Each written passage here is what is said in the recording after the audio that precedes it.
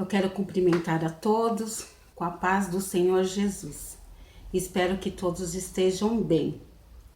Nesta noite, ou neste dia, nesta manhã, não sei quando você vai assistir esse vídeo, eu quero compartilhar a palavra do Senhor. Se você estiver com a sua Bíblia aí, abra no livro de 2 Coríntios 4, nós vamos ler o versículo 7, 8 e 9.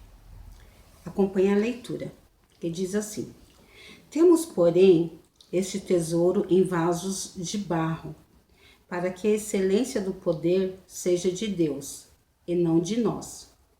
Em tudo somos atribulados, porém não angustiados, perplexos, porém não desanimados, perseguidos, porém não desamparados, abatidos, porém não destruídos.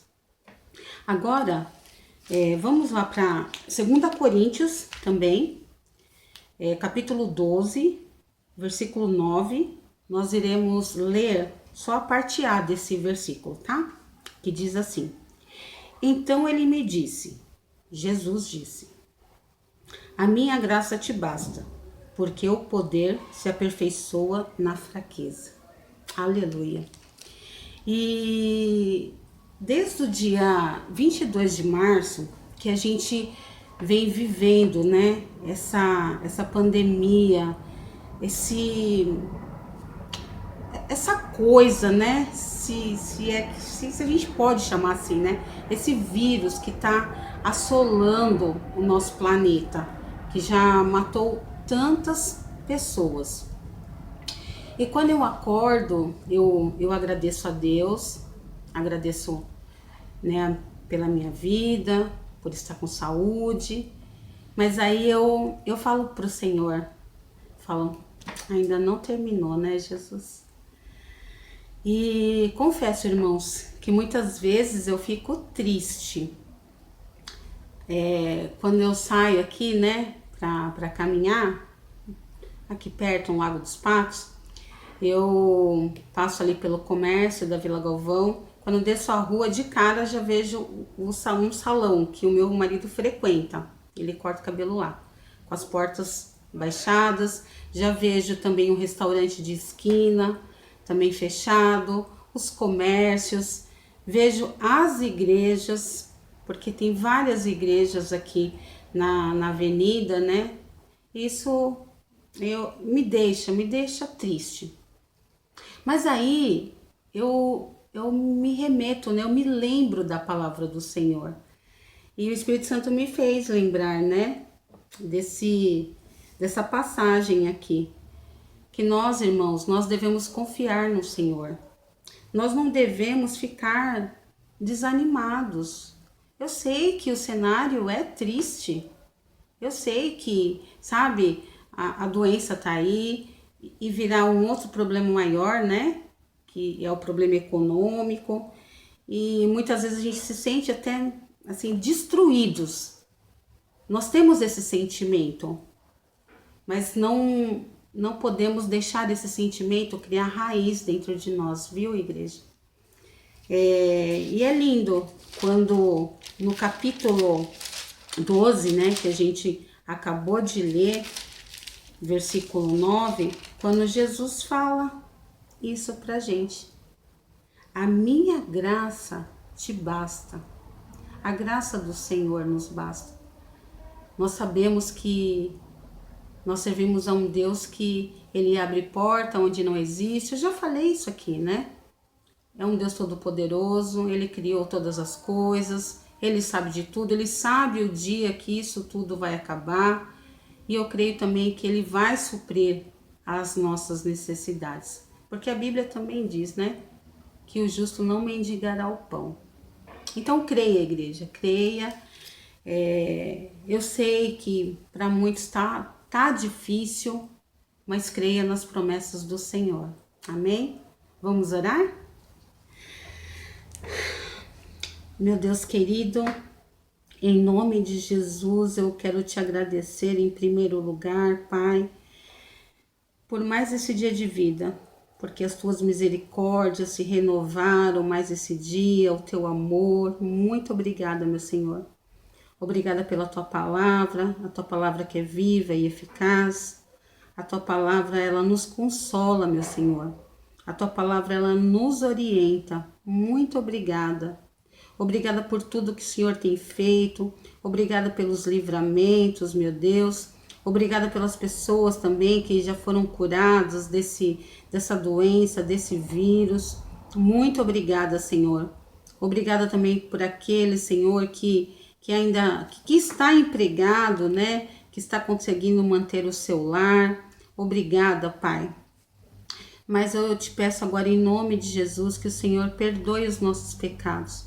Nos perdoa, Senhor, porque muitas vezes a angústia realmente bate em nosso coração, o desespero, e ficamos realmente desanimados, abatidos, mas o Senhor nos trouxe essa palavra para fortalecer o nosso coração.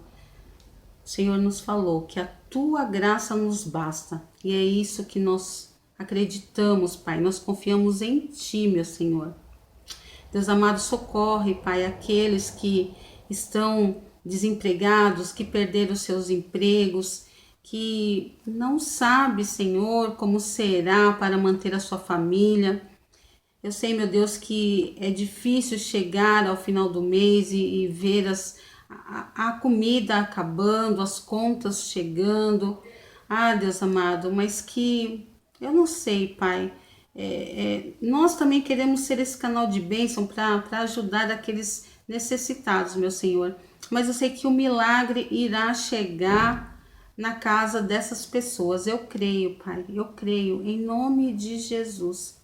Então, que o Senhor possa aumentar a nossa fé, que o Senhor possa acalmar, sim, o nosso coração, que a gente realmente confie no Senhor, meu Deus. Nos dá estratégia, porque não é fácil, Pai.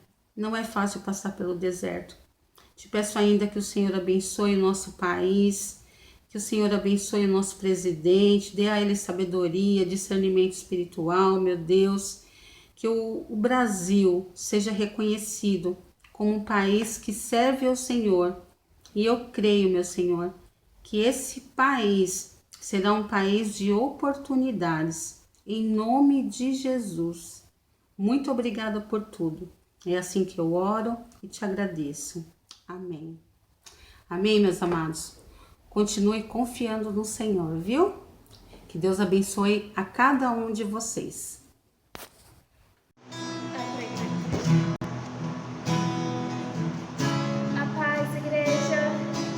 Nessa noite que você possa dizer o quanto o Senhor ele é exaltado, o quanto ele merece ser adorado, que você possa se render aos pés do Senhor neste lugar.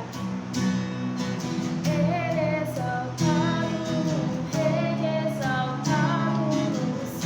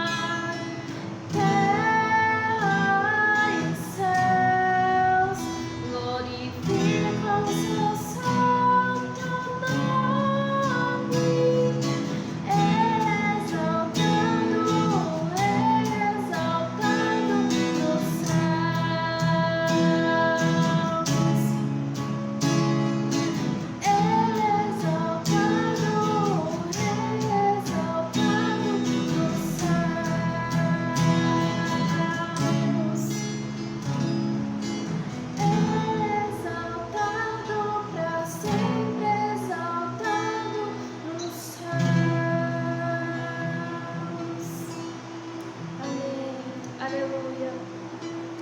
Que nós possamos ser renovados nessa noite. Que quando esse período de louvor acabar, nosso coração possa ser novo, a nossa mente possa ser transformada. O Senhor, Ele está conosco nessa noite. Então, adore Ele, dê a sua melhor adoração a Ele.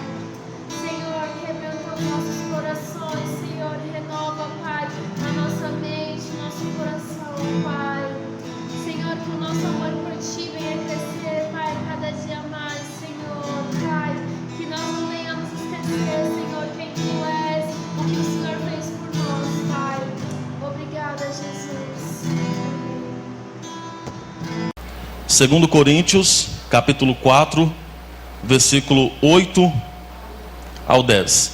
Em tudo somos atribulados, porém não angustiados, perplexos, porém não desanimados, perseguidos, porém não desamparados, abatidos, porém não destruídos, levando sempre no corpo o morrer de Jesus, para que também a sua vida se manifeste em nosso corpo.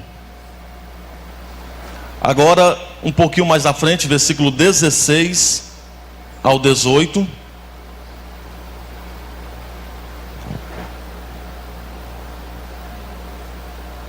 Por isso, não desanimamos.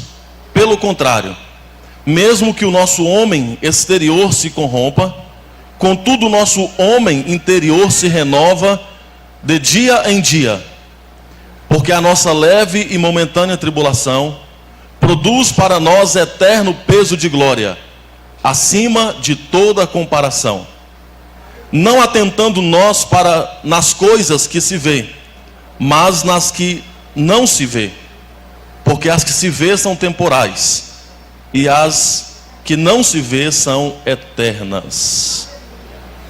Obrigado, Senhor, pela sua palavra, porque a sua palavra é viva e eficaz. Ó meu Deus, nós te pedimos nesse momento que o Senhor possa falar conosco através dessa mensagem, dando para nós direcionamento, entregando o teu conselho, a sua mensagem, ó meu Deus, nesse dia, para cada um de nós. Queremos também não só ouvir, mas também obedecer a tua palavra. Em nome de Jesus, amém. Meus irmãos, a mensagem que quero entregar para vocês aqui nessa noite é sobre recomeços. Eu tomei como base esse texto, 2 Coríntios, capítulo 4. O apóstolo Paulo, ele fala sobre o seu ministério e a fidelidade que ele está cumprindo o seu ministério. Na sequência, ainda no capítulo 4, ele fala sobre o poder que vem de Deus para vencer as situações da vida. Até então, nos últimos versículos que nós lemos aqui, o 16 ao 18, ele diz sobre as aflições, os efeitos que as aflições causam na vida, e como nós precisamos olhar para as aflições, como nós devemos agir diante das situações da vida. E a palavra, se for para escolher uma palavra que define esses versículos que nós lemos, a palavra seria firmeza. Ou seja, diante de todas as situações da vida, é preciso que mantenha-se firme. É preciso que você mantenha-se firme na sua fé, mantenha-se firme em Deus, para que você vença todas as situações. Observe que o primeiro versículo que lemos, o versículo 8, já não começou tão bom assim. Já começa dizendo: de todos os lados somos pressionados. Então, eu vou separar as frases aqui que não são tão legais. Começando por essa: de todos os lados somos pressionados. A segunda frase é: ficamos perplexos. De todos os lados. Somos perseguidos, abatidos. Trazemos sempre em nosso corpo o morrer. Ou seja, nós temos, eu vejo nessas frases, uma leitura bem sincera da vida. Uma leitura bem atual, bem própria mesmo do que é a vida. Ser pressionado de todos os lados. Todos os lados acontecem coisas que nós ficamos perplexos, né? Nós ficamos abismados. Jamais pensei que iria acontecer isso, jamais imaginei. Muitas situações da vida que nos deixam desesperados, e que nós também nos sentimos porque somos perseguidos. E a palavra final dessa seleção de frases aqui desse texto que nós lemos: abatidos.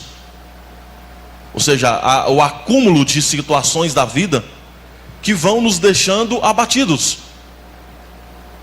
Aquele desânimo, aquela fraqueza, e nós vamos cansando das situações da vida.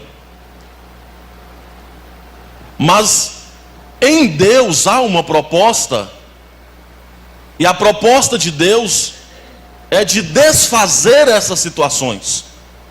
Então, por esse motivo, essas frases são acompanhadas da seguinte visão, da seguinte estratégia, para que possa manter-se firme. De todos os lados somos pressionados, mas não desanimados.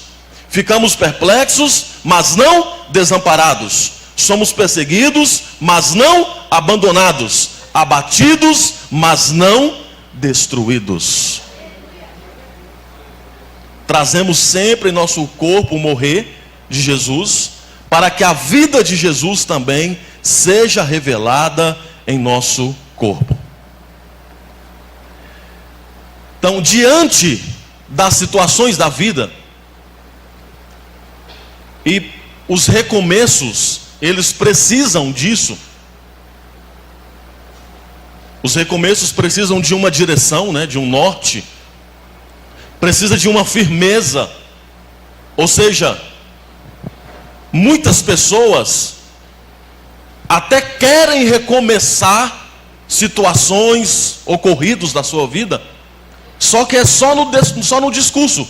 Não tem uma atitude mesmo de firmeza para recomeçar. Então, enquanto os recomeços for apenas discurso, aí nós teríamos apenas só falado que seria diferente. Mas quando passa a ser então atitude, e aí essa firmeza, ela é possível em Deus. Deus ser esse ponto firme, esse apoio firme para nós mudarmos direções da nossa vida. Eu quero que você encontre aí 1 Samuel 14, 6. 1 Samuel capítulo 14, versículo 6. Esse texto fala de uma batalha que estava acontecendo. Quem lidera essa batalha é Jonatas. Ele é filho de um rei, do rei Saul. E então Jonatas, ele vai para essa batalha. E quando chega lá nessa batalha, ele fala da seguinte maneira, o versículo 6. Disse, pois, Jonatas ao seu escudeiro: vem, passemos a guarnição desses incircuncisos. Porventura o Senhor nos ajudará nisso, porque para o Senhor nenhum impedimento há de livrar, com muitos ou com poucos. Muitas das vezes, irmãos, nas batalhas da vida, nas batalhas que nós travamos na vida, nós inventamos muita desculpa para travar essas batalhas.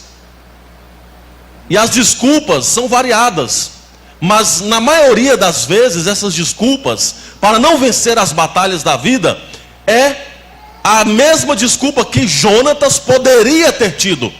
Fala, não, a gente não tem recurso, a gente não tem pessoas ao nosso lado, nós nem temos um exército que pode ganhar isso, então vamos deixar isso para lá, deixa essa batalha vencer a gente. Nós não vamos lutar não, deixa que a batalha nos vença. Só que Jonatas, ele tinha algo diferente que nós temos também, que é o Senhor, o nosso Deus.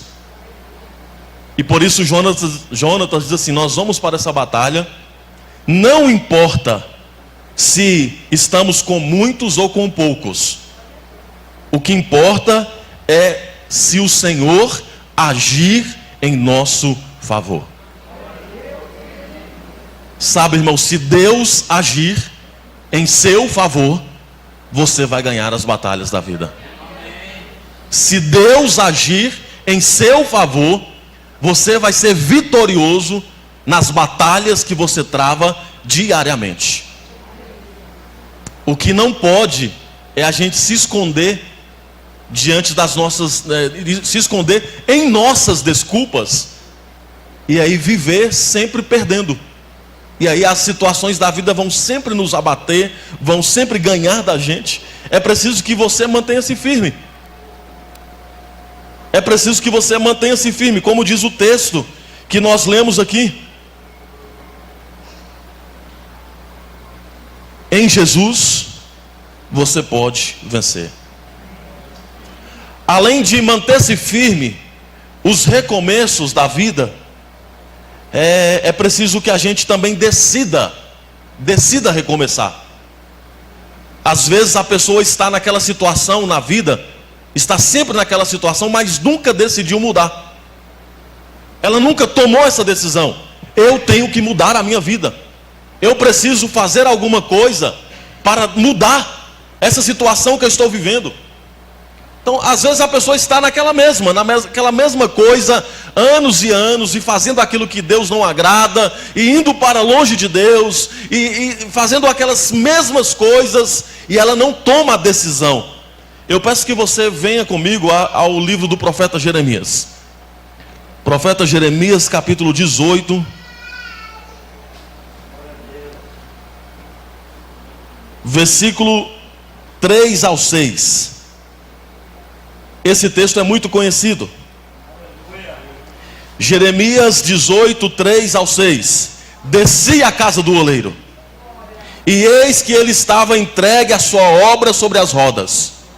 Como o vaso que o oleiro fazia de barro, se lhe estragou na mão, tornou a fazer dele outro vaso, segundo bem lhe pareceu. Então veio a mim a palavra do Senhor: não poderei eu fazer de você como fez deste oleiro, ó casa de Israel, diz o Senhor. Eis que como barro na mão do oleiro, assim sois vós na minha mão, ó casa de Israel. Talvez você nunca ouviu falar dessa passagem bíblica, mas essa passagem bíblica é quando Deus dá uma ilustração sobre transformação, sobre recomeços. E Deus dá, através dessa ilustração, chamada o vaso do oleiro. O oleiro é aquele trabalhador artesanal que trabalha com as suas próprias mãos para construir um vaso.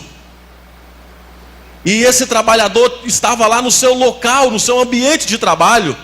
E Deus diz então para o profeta: vá até a casa do oleiro. É Deus te chamando para mudar. É Deus te chamando, dizendo assim: você precisa mudar, você precisa moldar a sua vida, e eu sou esse oleiro que posso moldar você e fazer um vaso de honra, e fazer uma pessoa de honra. Sou eu que posso mudar. Apenas disponha-se, vá e eu vou mudar a sua vida. Irmãos, você entende isso aqui? E aí o profeta diz assim: então fui à casa do oleiro. Enquanto ele ficasse parado, não acontece nada. É preciso uma atitude. É preciso que você então tome essa atitude assim: eu estou indo, eu vou para um lugar de recomeços, eu vou para um lugar onde Deus trata comigo, eu vou para um lugar onde Deus trabalha com a minha vida. Eu não vou ficar parado. Se eu quero recomeços, eu preciso ir à casa do oleiro. E então eu fui à casa do oleiro. Se você não tomar uma decisão de dizer: eu preciso de mudanças, eu preciso de recomeço, eu preciso ser moldado por Deus, eu preciso deixar que Deus trabalhe na minha vida. Se você não tomar essa decisão, irmão, vai continuar do mesmo jeito. Nada vai acontecer. Vai continuar do mesmo jeito. É preciso que você tome essa decisão. É hora. Eu preciso de mudanças. Eu preciso de maturidade. Eu preciso de deixar a minha vida na mão de Deus. Se você fizer isso, saiba que Deus pode transformar a sua vida. Ainda aí no livro do profeta Jeremias, capítulo 30, um pouquinho adiante, versículo 12. Jeremias 30, versículo 12. Esse texto aqui, Deus está prometendo tirar o povo da escravidão. Deus está prometendo tirar os israelitas de uma vida de escravidão e trazer a uma vida livre. Então nós vamos ler o versículo 12 e depois 14. Diz assim: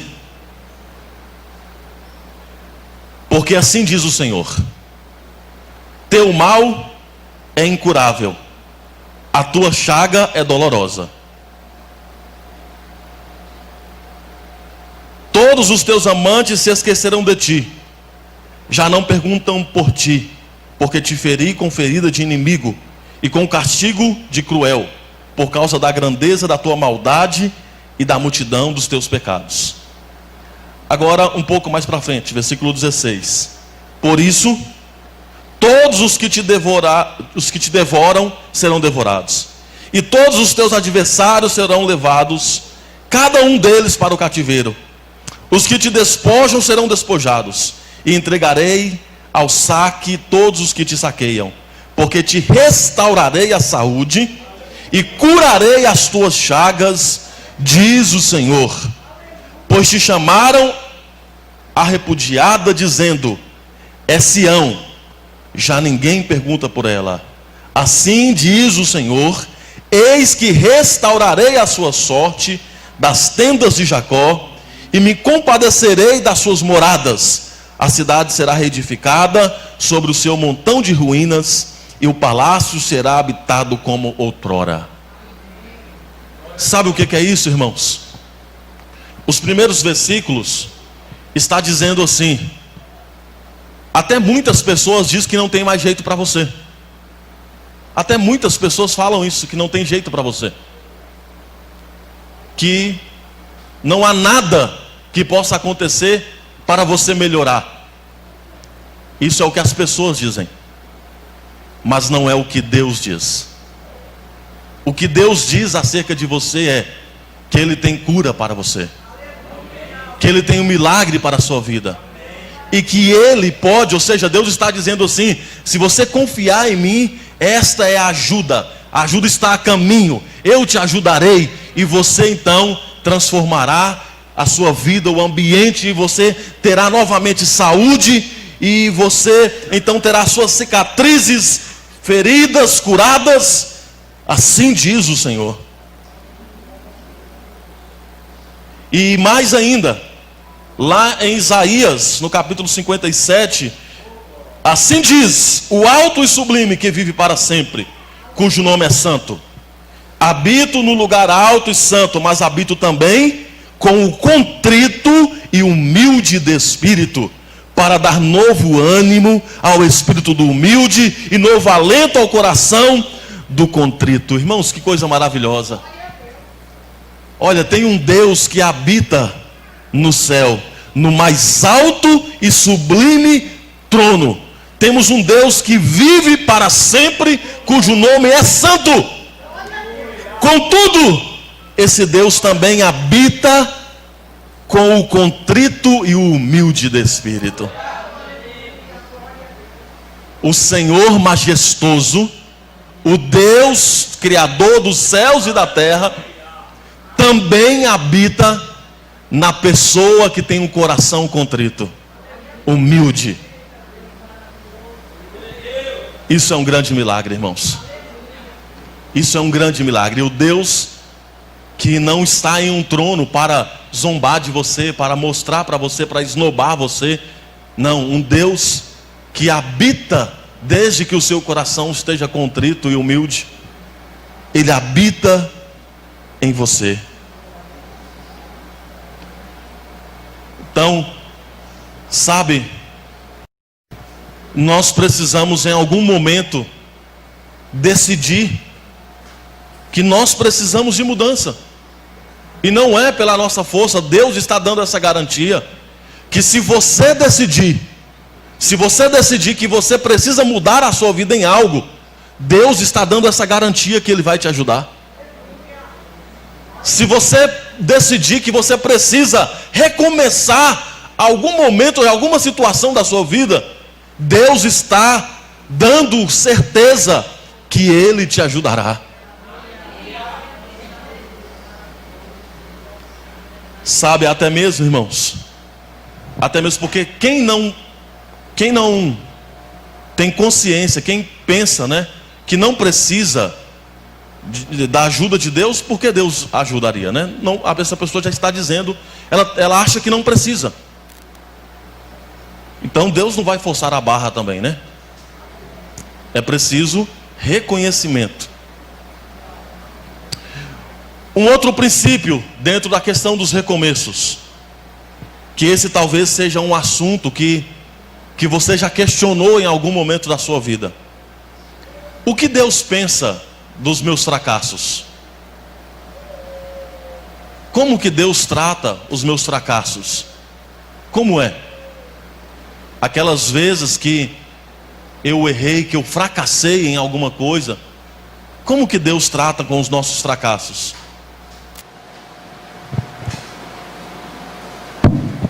Eu quero ler com você aqui em Lucas, capítulo 15. Esse texto que nós falamos tanto sobre salvação, versículo 7. Lucas, capítulo 15, versículo 7. Nós falamos tanto sobre salvação e de fato, tem a ver com a salvação, mas eu gostaria de fazer você pensar algo a mais nessa passagem aqui. Versículo 7 diz assim: digo-vos que assim haverá maior júbilo no céu por um pecador que se arrepende, do que por 99 justos que não necessitam de arrependimento. Irmãos, é interessante, né?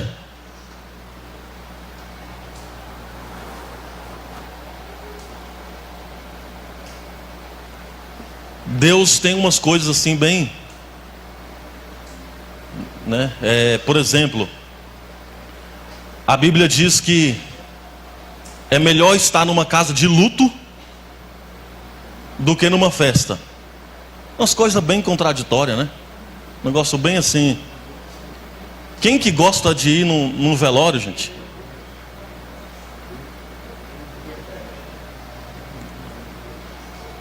Só que por que a Bíblia diz isso? Que é melhor ir em uma casa de luto do que numa festa? Porque na festa você está concentrado naquele momento que é passageiro. Então você está concentrado ali.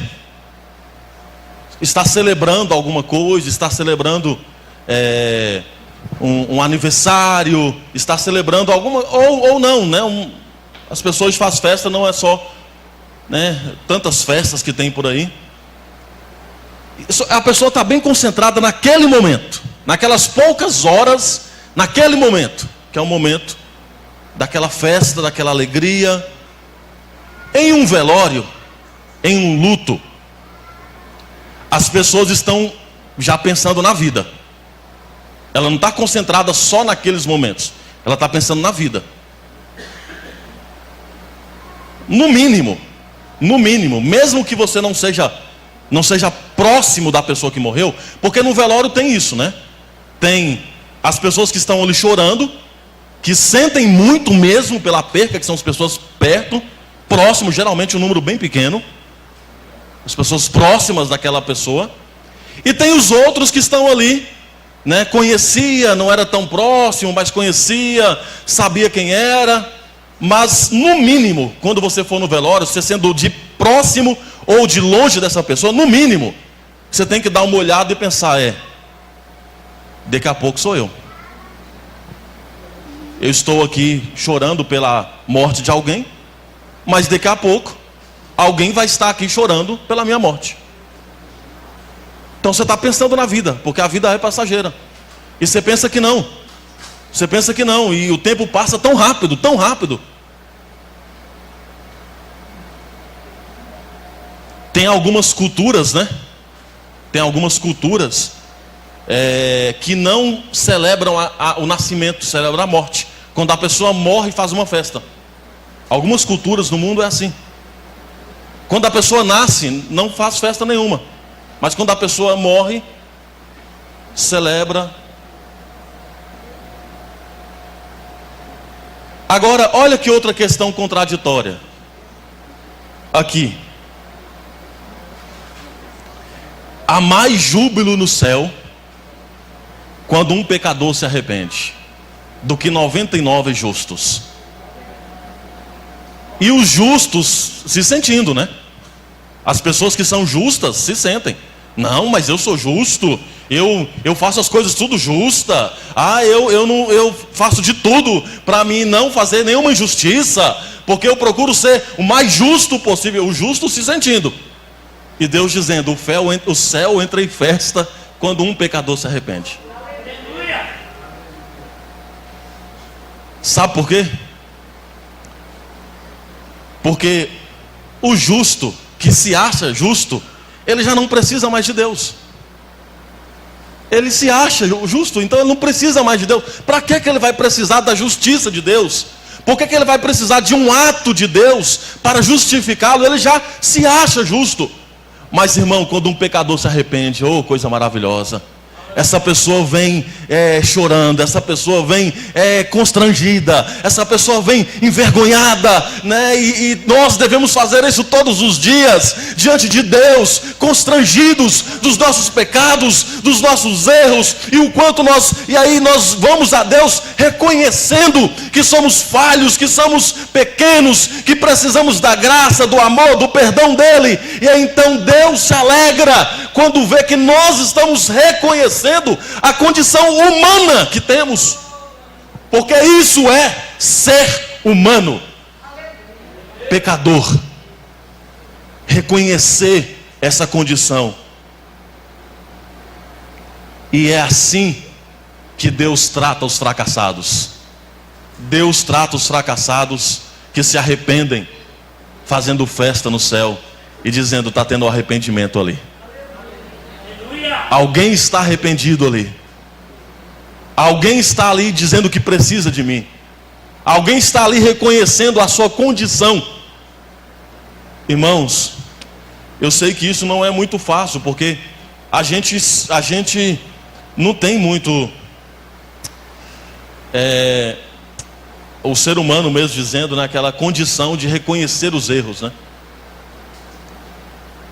Eu convivo com pessoas há muitos anos que nunca reconheceram, pelo menos que eu vi não, que nunca reconheceu um erro.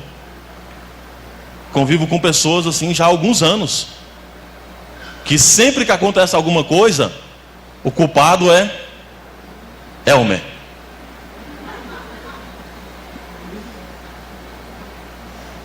Esses dias eu preguei aqui, né, dizendo que às vezes nós damos muita importância pelo que os outros falam da gente, né? E quando, né, alguém fala da gente, a gente deveria logo dizer assim: não, se você for falar de mim, for falar mal de mim, você me chama, que eu sei coisas terríveis de mim.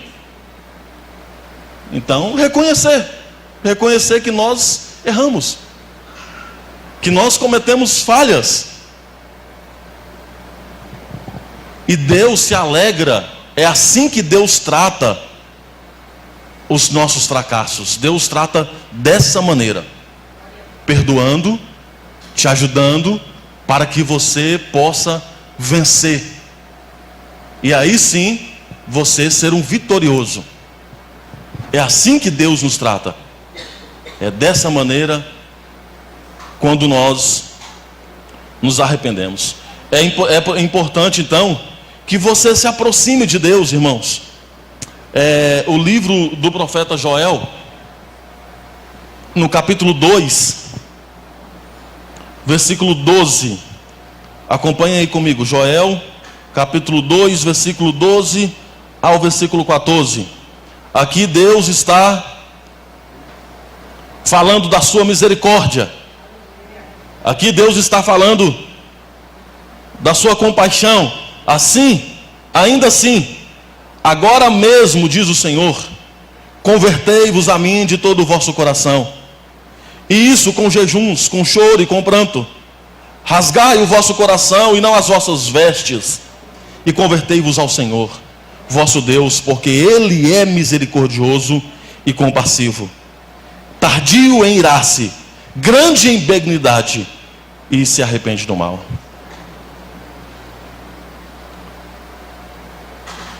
Irmãos, os judeus tinham uma tradição que era o seguinte: quando eles faziam alguma coisa de errado, e para demonstrar arrependimento, o que eles faziam?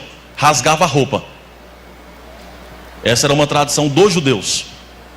Então, fiz alguma coisa de errado, preciso do perdão de Deus, eu estou constrangido. Então rasgava a roupa e ficava rolando na cinza.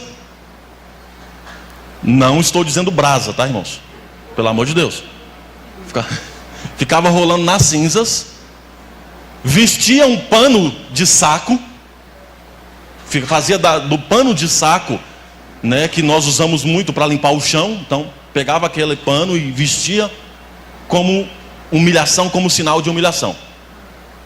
O que é que Deus está falando aqui para os judeus e para nós, né? Graças a Deus ninguém rasga a roupa, não rola na cinza, não veste pano de saco. Deus está dizendo aqui: o que importa é que você rasgue o seu coração. Deus está dizendo isso para eles, dizendo assim: olha, muda esse costume, para com isso, porque vocês fazem uma encenação daquelas. Não, vocês fazem uma encenação, rasga a roupa e cai na cinza. Não, para com isso. Eu quero ver o coração de vocês, se vocês estão voltados para mim de coração, sem nenhuma encenação. Então Deus está dizendo isso para nós também, né? Para que nós possamos converter. A palavra pode ser usada recomeçar. Converter é você, nós usamos isso no trânsito, né? Faça uma conversão à direita. Muda a rota, meu irmão. Muda a rota, você precisa mudar a rota. Vá para o caminho de Deus. Se você está indo numa direção para longe de Deus, muda a rota e começa então a andar nos caminhos do Senhor. Sabe por quê? Porque Deus é misericordioso. Ele tem compaixão, Ele tem misericórdia de nós. Então é preciso que você chegue mais perto. E além, irmãos, de manter firmes, além de decidir recomeçar, e além de entender esse princípio aqui de como Deus trata com os nossos fracassos, porque nós erramos, nós cometemos coisas que Deus não se agrada, mas Ele, quando nós nos arrependemos, Ele se alegra com o arrependimento. É preciso também que nós tenhamos uma visão ampla. Eu quero ler com você aqui, primeiro, 2 textos, mas primeiro o Salmo. Salmo 37. Salmo 37, que é bem conhecido também esse versículo. É o versículo 23 ao 25.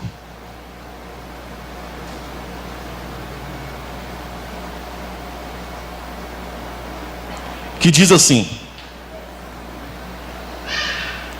o Senhor firma os passos do homem bom, e no seu caminho se compraz. Se cair, não ficará prostrado, porque o Senhor segura pela mão. Fui moço e agora sou velho, porém jamais vi o justo desamparado, nem a sua descendência a mendigar o pão. O outro texto, vamos ler o outro também, 1 Pedro, capítulo 5, versículo 10. 1 Pedro 5:10. Ora, o Deus de toda graça, que em Cristo vos chamou à sua eterna glória, depois de terdes sofrido por um pouco, Ele mesmo vos há de aperfeiçoar, firmar, fortificar e fundamentar. A Ele seja o domínio pelo século dos séculos. Amém.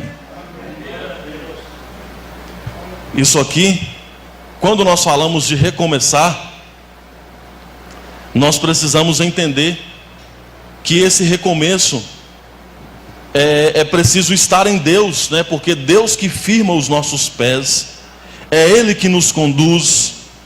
Ou seja, nós precisamos, sabe, irmãos, ter uma oração conosco, e uma oração do amanhecer. Talvez essa seja a oração do amanhecer. Senhor, guia os meus passos. Senhor, conduza a minha vida, proteja a minha vida, livra-me do homem mau, livra-me, Senhor, das tentações, dos perigos. Senhor, livra-me das armadilhas que o diabo está tramando contra a minha vida. Talvez essa tenha que ser a oração do amanhecer. Todos os dias você acordar e orar, pedindo que Deus proteja a sua vida, pedindo que Deus, eu talvez até diria que essa é a oração das mães, né? As mães orando pelos seus filhos. Senhor, livra o meu filho, proteja o meu filho, guarda os caminhos do meu filho, não deixa que nada de mal aconteça com ele, né? Mas mães, orem por vocês também, né? Ore pelos filhos e ore por vocês também, né? Eu levo os meus filhos para a escola, né? O ano passado os dois estudavam de manhã, e esse ano nós ainda não conseguimos que os dois estudassem de manhã. Gostaríamos, mas ainda não conseguimos. O Ian está estudando à tarde. Então levo eles para a escola, e está levando para a escola, né? Mas a oração é a mesma. Senhor, proteja o meu filho, abençoe o meu filho, guarde a vida do meu filho, não deixa que nada aconteça com ele. Então eu fico orando no carro com eles, fico orando na porta da escola com eles, né? Se a professora deixar, eu oro também na sala de aula, pedindo que Deus proteja. Irmãos, essa tem que ser uma oração da manhã. Você precisa acordar amanhã e dizer: Senhor, proteja a minha vida, proteja a minha vida. Eu quero ter essa visão. Sabe por quê? Quando você acorda já com a sua mente em outras coisas, a sua visão foi para aquilo. Quando você acorda e tendo a sua mente em Deus, aí a sua visão está em Deus, pedindo a direção de Deus, pedindo o cuidado de Deus. E aqui está dizendo: faça isso e o Senhor não deixará que você caia. Faça isso e o Senhor não permitirá que você seja desamparado. Faça isso e o Senhor vai confirmar a obra da mão dele na sua vida. Peça a direção de Deus. Até mesmo, irmãos, porque cada dia é um recomeço. Eu sei que muita gente coloca datas para recomeçar. Quando acontecer isso, eu vou mudar. Quando acontecer aquilo, aí eu vou ser outra pessoa. Quando virar o ano, quando eu me casar, quando eu arrumar um emprego, quando a gente fica colocando datas para recomeços. Só que Deus está dizendo assim: olha, eu estou te dando um dia para você recomeçar. É sua chance. Não importa se amanhã é dia 9, 10. Não importa se é o dia 1º do mês. Não importa se é 25, não interessa. Eu estou te dando um novo dia para você recomeçar. É hoje, o dia é hoje.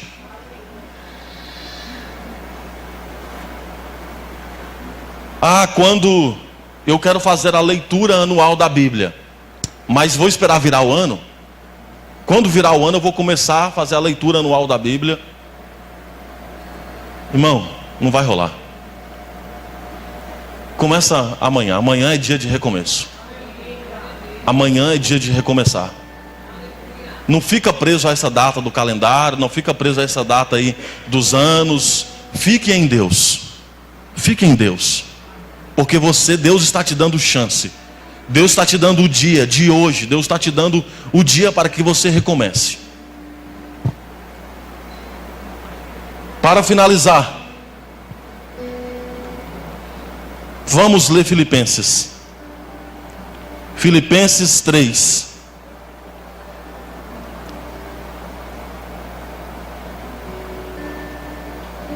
13. 13 e 14. Irmãos, quanto a mim, não julgo havê-lo alcançado, mas uma coisa faço, esquecendo-me das coisas, irmãos, como eu gosto dessa palavra, esquecendo-me das coisas que para trás ficaram. Esquecendo-me das coisas que para trás ficaram. Mas tem gente que gosta de ficar voltando lá atrás, irmãos. É impressionante. Tem gente que gosta de ficar puxando coisas lá atrás. E fica remoendo, e fica se massacrando, e fica se angustiando com coisas lá de trás. Esquecendo as coisas que ficaram para trás, avançando para as que estão diante de mim, prossigo para o alvo, para o prêmio da soberana vocação de Deus em Cristo. A mesma coisa o apóstolo Paulo diz naquele texto que nós lemos no começo. Por isso não desanimamos, embora exteriormente estejamos a desgastar-nos, interiormente estamos sendo renovados dia após dia, pois os nossos sofrimentos leves e momentâneos estão produzindo para nós uma glória eterna, que pesa mais do que todos eles. Assim, fixe o seu olho naquilo que não se vê. É possível isso? É possível você ter o olho fixo em algo que não se vê? É possível sim. Sabe por quê? Porque você esqueceu, deixou as coisas que ficou para trás. E você agora está olhando para as bênçãos e as promessas de Deus que virão sobre a sua vida. Irmãos, deixar, sabe quando alguém fala assim, vamos fazer uma campanha de libertação com alguém. Vamos ter que fazer uma campanha de libertação com alguém. Geralmente os pentecostais falam 7 dias. 7 dias orando de cima e de noite, orando, expulsando os demônios. A primeira coisa para a campanha de libertação, biblicamente, deixa o passado. Deixa. Você tem que se libertar disso. Larga as algemas que está te prendendo lá. O que aconteceu lá? Tem muita coisa que está resultando aqui hoje. Opressão, os demônios, muita coisa que aconteceu lá está oprimindo você hoje aqui. E a opressão vem sufocando. A opressão, ela vem sufocando. Ela quer te esganar. Ela quer fazer com que você perca o ar, a respiração, o bom senso. As coisas que aconteceram lá atrás. Pode ser um peso tão grande, que você daqui a pouco está caído e nem rastejando você consegue mais. Porque ficou preso lá no passado. As coisas que aconteceram lá. E Deus está dizendo assim, larga isso aí, meu filho. Larga isso aí. Recomeça. Eu estou propondo uma nova vida. Eu estou propondo novas atitudes. Eu estou propondo que você viva em novidade de vida. Largue, começa se libertando do seu passado. Solte as algemas que está te prendendo lá, para que você viva um novo momento, para que você viva um ano de milagres, de bênção. Você tem que se libertar. Começa a olhar. Esteja com o seu foco voltado para frente. Olha, eu não vivi isso, mas eu vou viver. Eu não vivi essa bênção ainda, mas eu vou alcançar. Eu não vivi esse milagre ainda, mas eu creio no meu Deus. Eu ainda estou caminhando na minha fé. Eu não vivi essas coisas ainda, mas eu quero alcançar as bênçãos, os milagres em Deus. E assim você estará dando passos firmes para a novidade de vida. Junto com esse texto aqui de Filipenses, o profeta Isaías também fala, né? O profeta Isaías fala assim: vocês não estão vendo? Será que vocês não estão vendo? Eu estou fazendo coisas novas aqui. E às vezes nós não vemos a novidade de Deus. Só que as novidades que estão rolando aí a gente sabe. A novidade de Deus não tanto. Mas as novidades que estão aí na internet, na televisão, a gente está por dentro dessas novidades. Só que as novidades de Deus, o que Deus está fazendo, nós não prestamos atenção. Deus está fazendo algo, meu irmão. E Ele trouxe você aqui hoje para dizer que Ele está fazendo algo na sua vida. E Ele quer a sua atenção, Ele quer que você esteja focado, que você preste atenção no que Ele está fazendo, para que você tenha recomeços, para que você possa olhar para frente, esquecer as coisas que ficaram para trás e olhar para frente. Glória a Deus por mais este culto realizado, e que o Senhor possa fazer prosperar a sua palavra no seu coração. Medite, rumine nesta palavra, pratique-a e você vai viver coisas tremendas da parte de Deus. Não se esqueça, meu irmão, que a palavra de Deus é a verdade, e a verdade liberta. A verdade, ela traz consigo grandes milagres da parte de Deus. Então faça isso no nome de Jesus. Medite novamente, leia o texto e fale com o Senhor, e permita também que você escute a voz de Deus e possa colocar tudo isso em prática no nome de Jesus. E que o grande amor de Deus, a comunhão e as consolações do Santo Espírito e a graça do nosso Senhor e Salvador Jesus Cristo esteja contigo desde agora e para todos sempre. Amém. Deus te abençoe e até o próximo culto.